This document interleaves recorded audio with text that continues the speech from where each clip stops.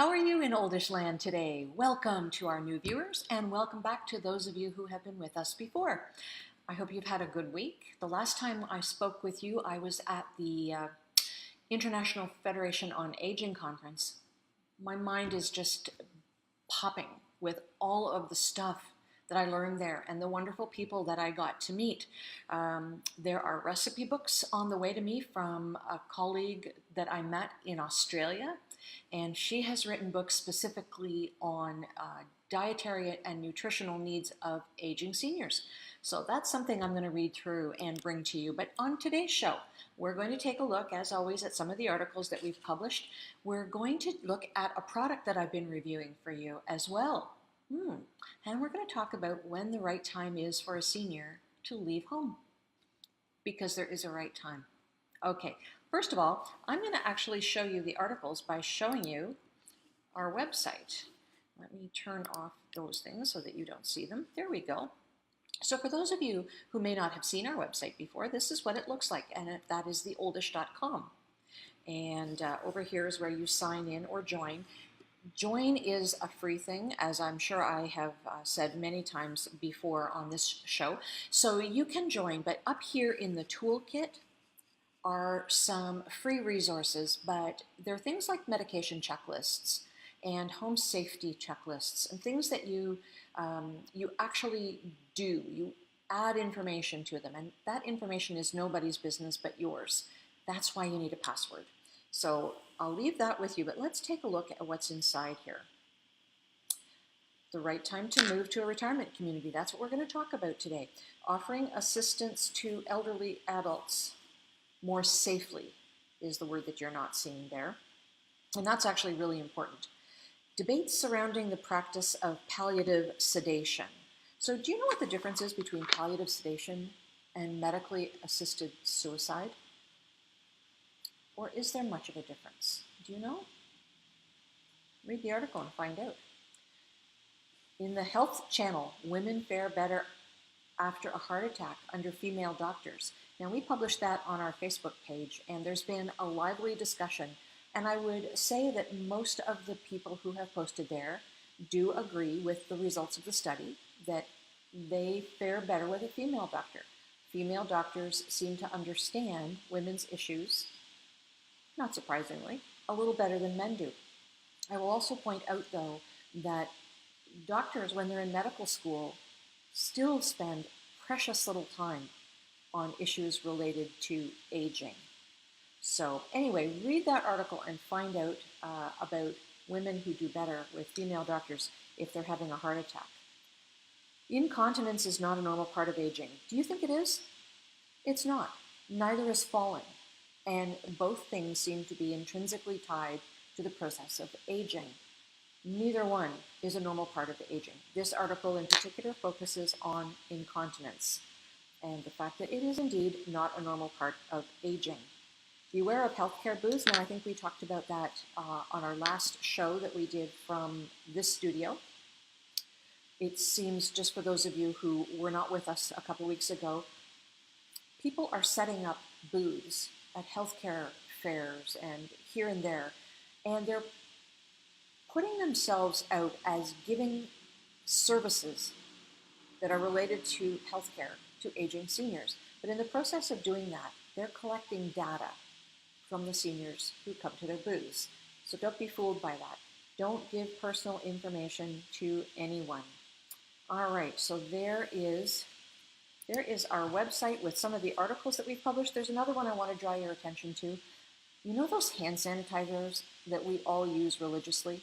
You know, the pumps, they're in the grocery store, they're in office buildings, they are everywhere. Guess what? The bacteria that those hand sanitizers are intended to kill have gotten smart. They have selected out, and the strong ones have survived, and now these hand sanitizers have no effect on them. You know what that means? Good old-fashioned hand washing. That's the ticket. Good old-fashioned hand washing. Okay, let me see. I think that's all I want to talk about with regard to the articles that we've posted. As always, there are tons and tons and tons of really fascinating articles on theoldish.com for just about every topic that you can possibly imagine. I think we're pretty close to 1,300 articles now, and new ones being added nearly every day. About 6 days a week, we add new articles. So go there. I actually do research there now. It's amazing the information that's there. Alrighty, so back to our article about when is the right time to move to a retirement community. This is something that I'm going to peel in bits of the article, bits of things that I learned from the Federation on Aging conference, as well as a conversation that I had with somebody yesterday that all pertains to this. So it is, as you know, a very emotional decision and discussion around when seniors should be moving out of their home and potentially into a retirement community. Now, I will tell you, over 90% of people remain in their homes or in a private residence of some kind by themselves, with a spouse or partner, with their adult children, or with other aging seniors. So it is less than 10% of people that actually move into what you would term a facility, so a retirement community or a nursing home. So, I think that we tend to think that the number is much higher, but it's really not. Still, there are certainly issues around the idea of moving away from your home. And you would think of doing that because maybe your home isn't set up to accommodate you. Maybe, like my grandmother, you live in a two-story home where the bedrooms are on the second floor, and she just simply couldn't stay there anymore. I've told her story before. She actually fell, and she went to the hospital, and she was never able to go back to her home because the home just simply wasn't set up to accommodate her. When we decide that driving isn't for us anymore, or someone decides for us, our home may be too far away from transit. And if you live in a rural community, forget about it. I mean, it's just impossible to get places without a lot of assistance. As we say at the end of every show, it does indeed take a village to age a senior. But sometimes those villages can be not available. It can be a little too hard on them. And it can maybe not be what you want either. Maybe you want a little bit more independence. Your family may not agree with you leaving the family home at all. And I talked to a surprising number of people whose children are in absolute denial about their condition, about their physical condition, about their cognitive condition, absolutely in denial. So, as I said, it can take a village, but when is enough enough? I had a conversation with somebody recently. I'm not going to identify who she is because who she is doesn't matter. It's actually a conversation that I have had over and over and over again. Similar conversations with a number of people. The mother is living independently. Let's call it independently for the moment. The daughters are always there. Like every day, I'm talking, the daughters are there. The mother is barely able to move any longer. She can't do her own shopping. She can't clean herself. She can't cook her meals. She can't clean her apartment. The daughters are always there. Just always. At the International Federation on Aging, Dr. John Beard, who is the director of the Aging Department for the World Health Organization, said, "Health isn't merely the absence of disease. It's having the ability to live how you want to live and do the things you want to do." I would argue that this woman, who was living independently, was not able to live a healthy life. She was not able to do the things she wanted to do. Somebody else had to do everything for her. And, it takes a toll on the caregivers. It takes a toll. At a time when her daughters may want to just be her daughters. And in the years that she has remaining, be her daughter, not her caregiver, not bathing her. Now, I know some of you out there feel that it's a privilege, and that's fine. What I'm saying is it has to work for both sides. And in many of these conversations that I'm having, it's becoming burdensome because mom's health is deteriorating more and more and more. Her health today is not what it will be a month from now, and it is not what it will be 6 months from now. So more and more and more is expected of the daughters. And don't forget, they've got to lift her. They've got to lift her onto the toilet. They've got to lift her into the bathtub and out of the bathtub. And if she, I don't know how old she is, but it doesn't matter. As I said, I've had many of these conversations. If you've got a mother who is in her 80s, you may well have daughters who are in their 40s and 50s. How physically able are they to do the physical tasks that come with looking after mom? Maybe they are. So for those of you who consider this a privilege and who are content to do this day in and day out, this conversation is not about you. And you always have to do the thing that is best for you and for your loved ones. So no judgment on what you're doing. If it's working for you, it's working for you. There are a lot of people for whom it is just not working. So the situation gets even more complicated for most of the discussions that I'm having. This woman and her sisters are going to go and see the doctor soon. And they're going to talk about mom's condition. And they're going to try to make decisions. So I said, back up a bit here. Mom is cognitively well. Yes, mom is cognitively well. She is just not physically able any longer. Are you taking her to the doctor's appointment? No, we're not taking her to the doctor's appointment. It's just me and my sisters. And I said, why are you leaving mom at home? Well, because we have to make the best decisions we can for her. No, that's not right. That's ageism. You are leaving your mother out of a discussion about her life, and about choices that she has every right to make for herself. We can't do that to our seniors. Do you know what you end up with? And I've had this conversation with lots of people too. You end up with aging seniors who are not willing to have these kinds of conversations with their children for fear that they'll be judged, for fear that their children will force them to move, for fear that their children will impose things on them, like strangers coming into their house to look after them. All kinds of fears, so the seniors stop talking to their children. That's not an ideal situation either.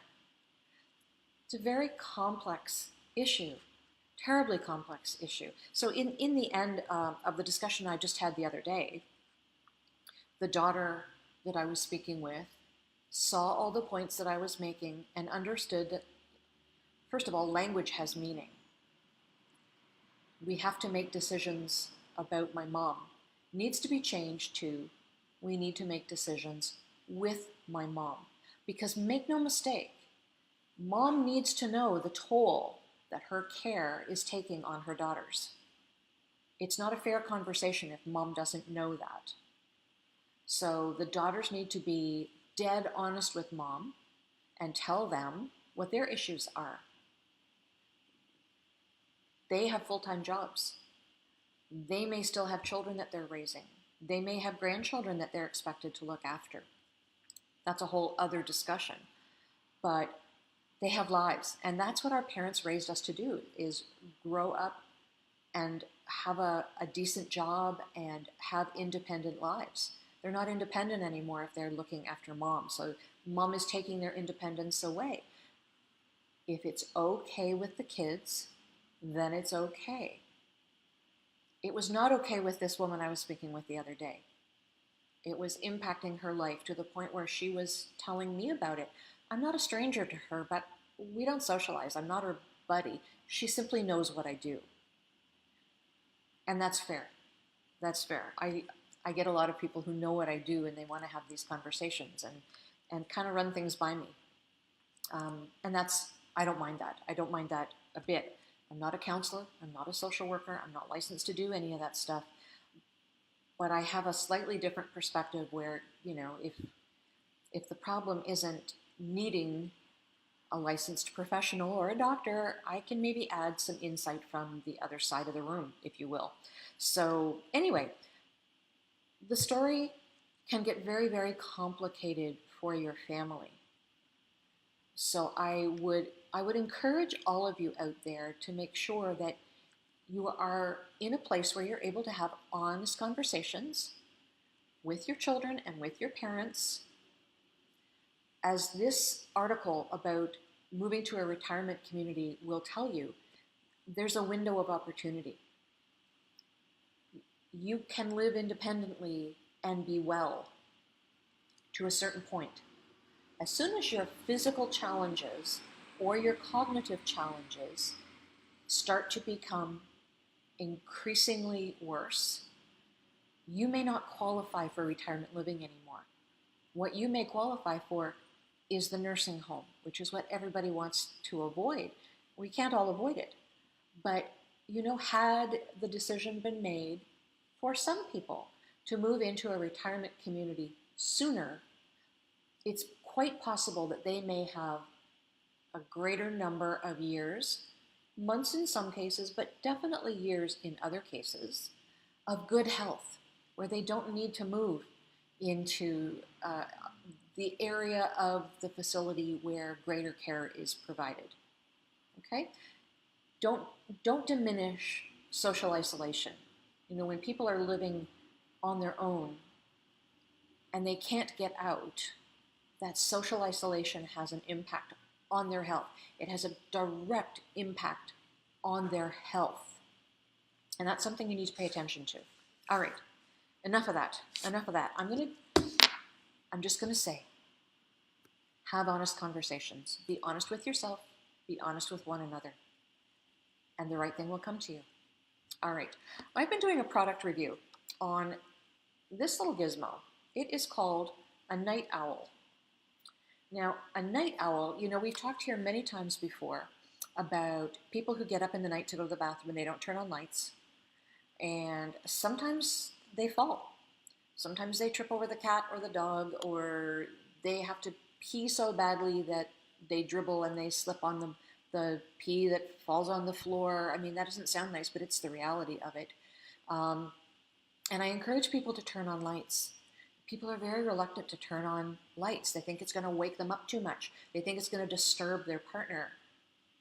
Better that than falling. However, this little solution is something that I came upon, and I thought it was interesting enough to test. So it is called a light owl. It costs $33.95. It takes 4 AAA batteries. It has a little hanger that folds up so you can hang it. So in my bedroom, from the bedroom, you walk through the walk-in closet to get to the washroom. My daughter calls it my Sex and the City bathroom. It looks very much like that if you've ever seen the show, just bigger, because I don't live in New York. Anyway, I have been hanging this on one of the handles of one of the drawers, and it works quite well. But you can also put this and use it as a little stand. It'll stand up on the floor like that. Now, it has 4 different settings on the back. There's the basic on, off, and it's a motion sensor. So, can you see? I don't know if you can see these lights. It's pretty bright in here right now. But 1, 2, 3, 4, 5, it has 6 lights around this perimeter. And you can set this to stay on for, I believe it's 10 seconds, 20 seconds, 30 seconds or longer. There are intervals that you can set it for. So in my case, I set it to stay on for 20 seconds because it picks me up really fast. Like as soon as my feet touch the floor, it's sensitive enough. It's picking me up, even though I can't even see it at this point. It sees me. It's picking me up. And so that is plenty of time for me to get into the washroom and to find the toilet because it's lit up well enough. And then at some point it goes out, and when I'm done washing my hands and whatever, I start to walk back toward my bedroom and it picks me up again. So I think it's a very cool little alternative for those of you who are not really interested in turning on lights. So as I say, it is called the Light Owl. It's available on brownhealthcare.com. It is $33.95 plus tax, and the tax depends on the province that you're in, or if you're in the States, we don't have to charge you tax at all. And then there is shipping. So whatever it costs us or whatever it costs Brown Healthcare rather, to ship to wherever you are. That's what the shipping costs. So pretty snazzy little unit for those of you who do get up in the middle of the night and are reluctant to turn on lights. The light owl. There you go. I've been testing that for probably a month or maybe 5 weeks now, and I really quite like it. So I think you will too. Good intermediary step. All right, so that is it for now. Please do remember to like us and follow us on Facebook at The Oldish. We can also be found on Instagram, Twitter, Pinterest, and Google+, at The Oldish, the at symbol, The Oldish. We have a really neat Instagram page, which we've been working on quite a bit. So if you are on Instagram, go take a look at it. Let us know what you think. I'd appreciate that. But definitely still follow us on Facebook, because this is where you will find the articles that we publish and the discussions that we have and some of the other articles that we curate over a period of time. If you're interested in all of our articles or the tools in the toolkit, you will find those at theoldish.com. So until next Wednesday, when we will be with you again for another edition of The Oldish Live, I hope you have a great week, and please remember that it does indeed take a village to age a senior.